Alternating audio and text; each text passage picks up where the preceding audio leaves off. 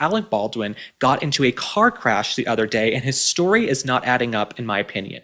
In my opinion, he was probably drinking, not paying attention. Maybe he zoned out and said, you know what? I'm done. I think Alec Baldwin would rather crash into a tree in the Hamptons than go home to be in a house with Hilaria, the kids, the nannies, and all of the chefs and everybody they have. They don't even probably have chefs anymore because of their financial situation. But nonetheless, I think Alec Baldwin was driving along and thought, I would rather crash into this tree than go home and spend 5 minutes in that prison of hell with Ilaria Baldwin, okay? And you know Ilaria Baldwin's probably in frickin' bitch mode, okay, from being voted off Dancing with the Stars. Ilaria is probably at bitch mode 10,000, okay? Bitch mode critical level after being voted off Dancing with the Stars.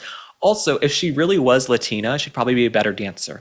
Okay, if she really was like Ilaria from España, she probably wouldn't have two left feet. Okay, she could probably cook a little bit better too. So Ilaria Baldwin, apparently this was her Range Rover that Alec was driving when they crashed into a tree in the Hamptons. Now, his story is not adding up, and we actually have a clip. Let's take a look at this clip with his explanation of why this happened. But this morning I was in this car accident. Guy cut me off in a truck. Big garbage truck. I mean, a garbage truck the size of a whale. I've never seen a garbage truck. It must have been something commercial for like taking away material from construction or something. It was the biggest garbage truck I've ever seen.